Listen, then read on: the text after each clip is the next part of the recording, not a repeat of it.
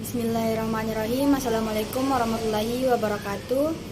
Nama saya Saranora Mariana, mahasiswi Institut Agama Islam Negeri Kota Palopo, program studi Manajemen Bisnis Syariah. Pada kesempatan video ini saya akan menjelaskan mengenai 4 jenis pasar dan mengenai biaya produksi. Nah, yang pertama itu 4 jenis pasar. Jenis pasar yang pertama itu pasar persaingan sempurna, yang kedua pasar monopoli, yang ketiga pasar oligopoli, dan yang terakhir pasar monopolistik. Nah, pasar persaingan sempurna adalah definisinya adalah bentuk pasar di mana terdapat banyak penjual dan pembeli, dan penjual ataupun pembeli tidak dapat mempengaruhi sama sekali kondisi pasar. Contohnya itu seperti pasar tradisional yang menjual sayur-sayuran, tahu tempe, tomat, ikan, lombok, dan sebagainya. Nah, jenis pasar yang kedua ada monopoli. Nah, monopoli ini adalah definisinya adalah salah satu bentuk pasar di mana hanya terdapat satu supplier saja, dan supplier ini tidak dapat menghasilkan barang secara dekat yang mempunyai barang pengganti atau substitusi.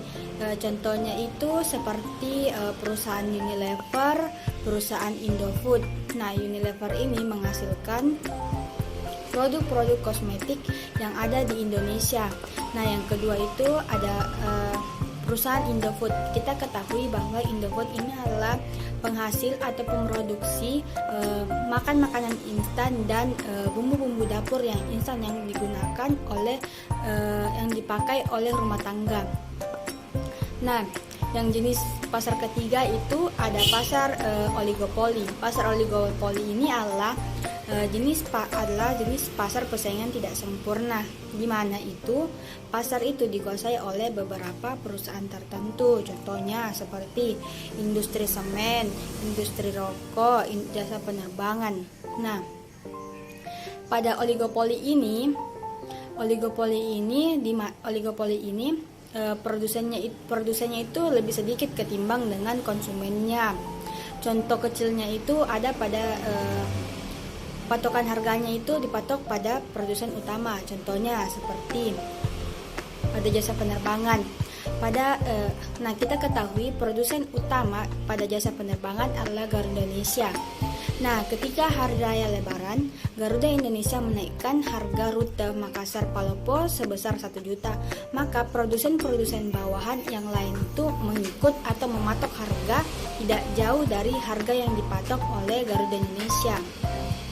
Yang keempat, ada jenis pasar monopolistik. Nah, jenis pasar monopolistik ini adalah salah satu bentuk pasar di mana terdapat banyak produsen yang menghasilkan barang yang sama tetapi memiliki perbedaan di berbagai aspek. Contohnya itu seperti perusahaan rokok. Nah, perusahaan rokok di Indonesia itu ada di Samsu, ada Jarum, dan Gudang Garam. Kalau kita tahu, ini ketiga perusahaan ini menghasilkan produk yang sama, tetapi ada beberapa perbedaan di berbagai aspek. Nah, perbedaannya itu terletak pada teksturnya, kemasannya, warnanya, kemudian rasa dan harganya. Nah, lanjut lagi kita berbicara tentang penjelasan biaya produksi. Kita ketahui bahwa biaya produksi itu adalah biaya yang harus dikeluarkan dan wajib dikeluarkan oleh perusahaan.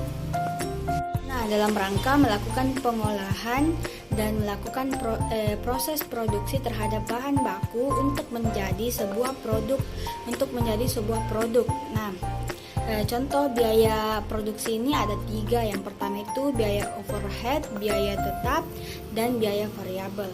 Nah, kalau biaya overhead itu adalah biaya yang sedang berjalan dan tidak berkaitan secara langsung dengan produksi, baik itu barang ataupun layanan jasa. Nah, contohnya itu seperti tinta printer. Nah, biaya yang kedua ada biaya tetap. Nah, biaya tetap ini adalah sejumlah biaya tetap yang harus dikeluarkan oleh perusahaan dan tidak tergantung pada hasil produksi. Contohnya itu seperti biaya sewa gedung, biaya administrasi, dan biaya sewa alat. Nah, yang ketiga adalah biaya variabel. Nah, biaya variabel ini adalah sejumlah biaya yang dapat berubah-ubah dikeluarkan oleh perusahaan dan tergantung pada hasil produksi. Contohnya itu seperti gaji tenaga kerja dan bahan baku. Nah, jika hasil produksi ini meningkat, penjualannya meningkat, maka gaji tenaga kerja pun juga akan meningkat. Sekian dari saya, kurang lebihnya mohon dimaafkan. Wabillahi taufiq wal hidayah. Assalamualaikum warahmatullahi wabarakatuh.